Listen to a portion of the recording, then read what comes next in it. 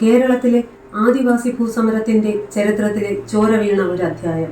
സമൂഹവും ഭരണകൂടവും ഒരുപോലെ അകറ്റിയോടിച്ച ദുർബലരായ മനുഷ്യരുടെ ചോരയും വിയർപ്പും കണ്ണീരും കൊണ്ട് കുതിർന്ന മണ്ണിൽ ഭൂമിക്കായി പോരടിച്ച ഒരു ജനതയുടെ പോരാട്ടത്തിന്റെ ചരിത്രം. അതാണ് മുത്തങ്ങ സമരം.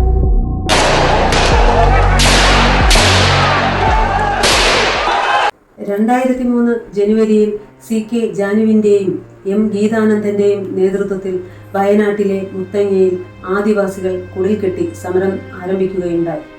2003 ഫെബ്രുവരി 19 സമരത്തിന് നേരെ പോലീസ് നരനായാട്ട് നടത്തുകയും വെടിയുതിർക്കുകയും ചെയ്തു. ഈ സംഭവത്തിന്റെ മുറിവുണങ്ങാത്ത ഓർമ്മകൾ അടിമമക്ക എന്ന തന്റെ പുസ്തകത്തിലൂടെ CK ജാനു ഓർത്തെടുക്കുന്നു. അബിൻ ജോസഫിന്റെ തിരക്കഥയിൽ അനുരാജ് മനോഹർ സംവിധാനം ചെയ്ത് ടൊവിനോ തോമസ് മുഖ്യ കഥാപാത്രമായി എത്തിയ നരിവേട്ട എന്ന ചലച്ചിത്രത്തിലൂടെ 22 വർഷങ്ങൾക്ക് മുമ്പ് നടന്ന മുത്തങ്ങ സമരത്തിന് കാരണമായ ആദിവാസികളുടെ ഭൂമി പ്രശ്നം അതേ തീക്ഷ്ണതയിൽ നമുക്ക് മുന്നിലേക്ക് തുറന്നു കാട്ടുന്നു. ഈ തലമുറയെ മാത്രമല്ല, ഈ ഭൂമിയുള്ളിടത്തോളം കാലം ഇവിടെ ജീവിക്കുന്ന എല്ലാ മനുഷ്യരെയും ഈ സമരം ഓർമ്മപ്പെടുത്തേണ്ടത് ചരിത്രം കാലത്തോട് ചെയ്യേണ്ട നീതിയാണ്. ഈ ഒരു തിരിച്ചറിവാകാം നരിവേട്ട എന്ന സിനിമയുടെ ജനനം. വാക്കുപാലിക്കുന്നത് ജനാധിപത്യ മര്യാദയാണ് എന്ന വാക്യം ഈ സിനിമയിലൂടെ വീണ്ടും ഓർമ്മപ്പെടുത്തുന്നു.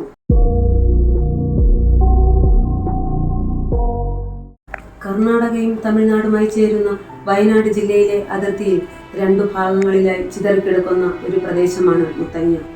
ഇവിടെയാണ് വയനാട് വന്യജീവി സങ്കേതം എന്നറിയപ്പെടുന്ന മുത്തങ്ങ വന്യജീവി സങ്കേതം സ്ഥിതി ചെയ്യുന്നത്.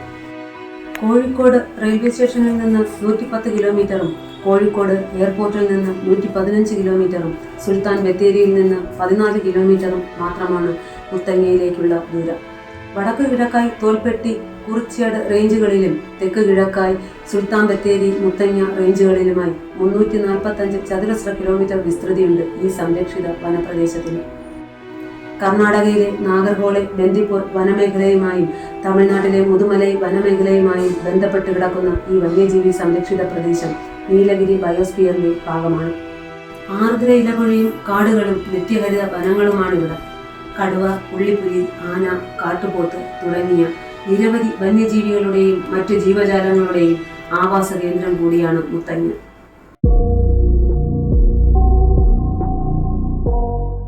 TJ ജ്ഞാനവേൽ സംവിധാനം ചെയ്ത് സൂര്യ പ്രധാന കഥാപാത്രമായ ജയ് ഭീം എന്ന തമിഴ് സിനിമയിൽ രാജാക്കണ്ണ് എന്ന കഥാപാത്രം പറയുന്ന ഒരു വാക്യമുണ്ട്. എമ്മ നടന്നാലും എങ്കാളുകൾക്ക് പട്ട കിടക്കത്തില്ല. ഞങ്ങൾ എത്ര നടന്നാലും ഞങ്ങളുടെ ആളുകൾക്ക് പട്ടയം കിട്ടാറില്ല എന്നർത്ഥം. ഈ സിനിമയുടെ സംവിധായകൻ മുന്നോട്ട് വയ്ക്കുന്നത് അരികുവൽക്കരിക്കപ്പെട്ട ജനതയുടെ ഭൂ അവകാശ ലംഘനത്തെ കുറിച്ചാണ്. 2001 ജൂൺ മധ്യത്തിൽ പാലക്കാട്, കണ്ണൂർ, ഇടുക്കി, വയനാട് എന്നിവിടങ്ങളിലെ ആദിവാസി മേഖലകളിൽ നിന്നും 30-ലധികം പട്ടിണി മരണങ്ങൾ റിപ്പോർട്ട് ചെയ്യപ്പെട്ടു.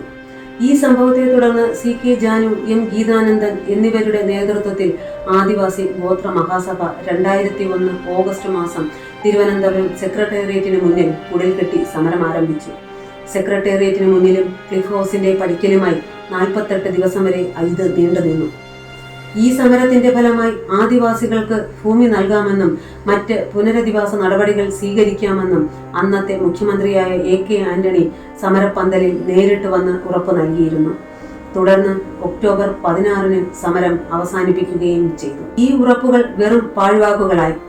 ആദിവാസികൾക്ക് നൽകിയ ഈ ഉറപ്പ് നടപ്പിലാക്കുന്നതിൽ സർക്കാർ പൂർണ്ണമായും പരാജയപ്പെട്ടു. സർക്കാർ തുടർച്ചയായി നടത്തിയ വാഗ്ദാന ലംഘനങ്ങൾ ആദിവാസികളെ നിരാശയിലാഴ്ത്തി. അവർ വീണ്ടും അവരുടെ അവകാശങ്ങൾ നേടിയെടുക്കുന്നതിനായി സമരത്തിലേക്ക് തിരിയാൻ നിർബന്ധിതരായി. 2003 ജനുവരി 5 ആദിവാസി ഗോത്ര മഹാസഭയിലെ CK ജാനുവിന്റെയും M ഗീതാനന്ദന്റെയും നേതൃത്വത്തിൽ വിവിധ ഗോത്ര ഊരുകളിൽ നിന്നുമുള്ള 825 കുടുംബങ്ങളിലെ സമരക്കാർ മുത്തങ്ങ വനഭൂമി കയ്യേറി സമരം ആരംഭിക്കുകയും അവർ അവിടെ കുടിലുകൾ കെട്ടി താമസം ആരംഭിക്കുകയും തങ്ങളുടെ ഊരുകൾ അവിടെ പുനഃസൃഷ്ടിക്കുകയും ചെയ്തു. സർക്കാർ സമരക്കാരെ ഒഴിപ്പിക്കാനായി പലതവണ ശ്രമിച്ചു. വാക്കുപാലിക്കുന്നത് ജനാധിപത്യ മര്യാദയാണെന്നും ആദിവാസികളോട് സർക്കാർ നൽകിയ വാക്ക് പാലിക്കണമെന്നും കൂടാതെ ഞങ്ങളുടെ ഭൂമി ഞങ്ങളുടെ അവകാശമാണെന്നും അത് നേടാതെ ഈ സമരം അവസാനിപ്പിക്കില്ല എന്നും ആദിവാസികൾ അഭിപ്രായപ്പെട്ടു.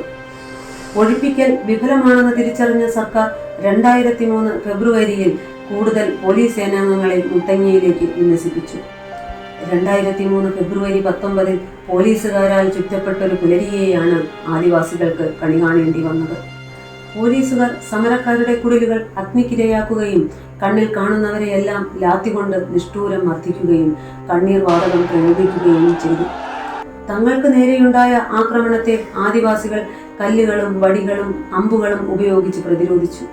സമരക്കാർക്കു നേരെ പോലീസ് നിറയൊഴിക്കുകയും ചെയ്തു. ഈ വെടിവയ്പിൽ ജോഗി എന്ന ഒരു ആദിവാസി യുവാവ് മരിക്കുകയും സമരക്കാരുടെ മർദ്ദനത്തിൽ വിനോദ് എന്ന പോലീസുകാരന് ജീവഹാനി സംഭവിക്കുകയും ചെയ്തു എന്നാണ് അന്നത്തെ സർക്കാരിന്റെ അഭിപ്രായം. എന്നാൽ 25ഓളം ആളുകൾ പോലീസ് കസ്റ്റഡിയിലെ മാനസിക ശാരീരിക പീഡനങ്ങളെ തുടർന്നും ചികിത്സ നിഷേധിക്കപ്പെട്ടതിനെ തുടർന്നും മരണപ്പെട്ടിട്ടുണ്ട് എന്ന് അടിമമക്ക എന്ന തന്റെ ആത്മകഥയിൽ CK ജാനു രേഖപ്പെടുത്തിയിട്ടുണ്ട്.